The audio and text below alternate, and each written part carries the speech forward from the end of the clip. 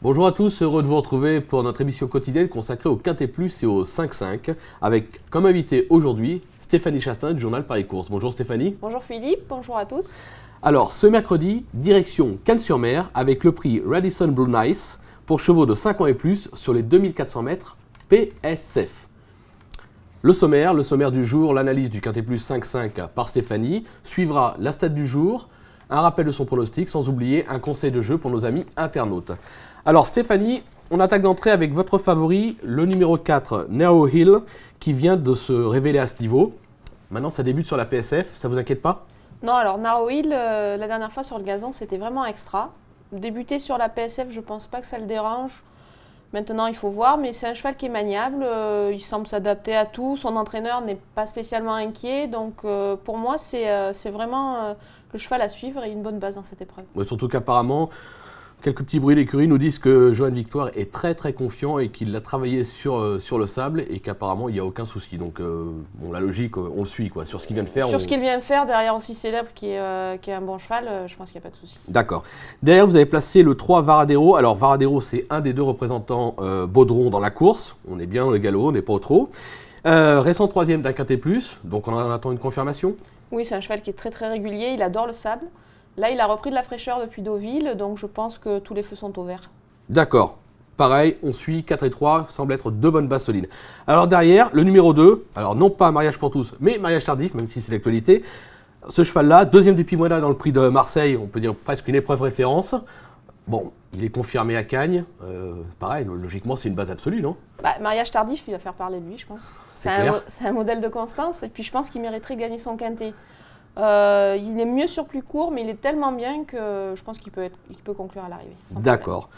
Derrière, une autre base, le numéro 7, Blue Saphir. Alors pareil, c'est un cheval qui est confirmé à ce niveau. Sa forme est sûre.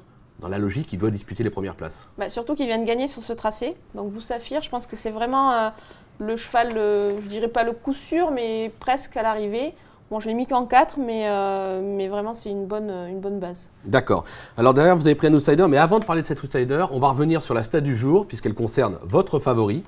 En effet, le numéro 4 a terminé à l'arrivée des 4 dernières éditions de cette épreuve, avec notamment 2 succès en 2010 et 2011. Donc, Narrow Hill, décidément, c'est vraiment une base absolue. On le place et on décide même de le placer en tête. Donc, pour venir à votre outsider, alors le 10, Happy Monster. 2400 mètres, c'est pas un peu long? Happy Monster, je pense qu'il va tenir. C'est un cheval qui a besoin d'attendre. Donc si son jockey peut préserver sa pointe, je pense qu'il va finir fort. Maintenant, il faut vraiment oublier son récent échec à Marseille-Borelli, pardon. Donc je le vois se réhabiliter. D'accord. L'As Streetler, alors c'est l'autre représentant Baudron, c'est un cheval pareil qui a prouvé sa valeur, qui a même gagné à ce niveau je crois l'an dernier. Vous l'avez mis un petit peu bas, non? C'est le poids peut-être? C'est le poids. Bon, la dernière fois je pense que son échec est dû un peu à son numéro de corde à l'extérieur. Là il a tiré un bon numéro, mais quand même sous ce poids-là je le vois plutôt pour une place, donc c'est pour ça que je l'ai mis un petit peu en retrait. D'accord. En 7e position, le 14 Rento, alors le cheval est extra, il est au mieux. Il s'est classé 3e de cette épreuve en 2012, il était en valeur 36. Là, il est en valeur 34,5, donc il a baissé de valeur. C'est en forme. Maintenant, je sais que vous avez eu son entraîneur en début de meeting. Qu'est-ce qu'il vous a dit exactement? Didier Prudhomme m'a dit au sujet de Rento que c'était plus un cheval qu'il voyait courir dans les réclamés, c'est ce qu'il a fait. Maintenant, le cheval est tellement bien qu'il a décidé de le remettre dans les handicaps. C'est vrai qu'il est bien placé au poids, mais pour moi, je pense qu'il a un petit peu baissé en valeur, donc un peu en qualité. Donc je le vois plutôt pour une place. Maintenant, le cheval est tellement bien. Des fois, les chevaux, quand ils sont à Cannes, ils sont vraiment bien. Et il faut profiter de leur forme. Bon, je l'ai peut-être mis un peu loin, mais bon, je pense qu'il va être à l'arrivée. Non, mais on va dire qu'à la limite, en cas de défaillance d'un ou deux favoris, c'est tout à fait le cheval qui peut venir brouiller les cartes, quoi. Tout à fait. D'accord. Et alors, par contre, je suis assez surpris. En dernière position, vous avez placé le 5 Renéon. Alors, il reste sur 4 succès. Il a gagné cette course l'an dernier en valeur 36. Cette année, il est en valeur 37, donc 1 kilo de plus. En 8e position, c'est le petit kilo qui vous gêne ou... Non, pas du tout. C'est un peu le même profil que Rento. D'ailleurs, ils viennent de courir ensemble et Renawan vient de battre Rento. Pour moi, c'est plus... Bon, il a plus disputé des réclamés. Là, il revient handicap, sous un poids un peu de méfiance aussi.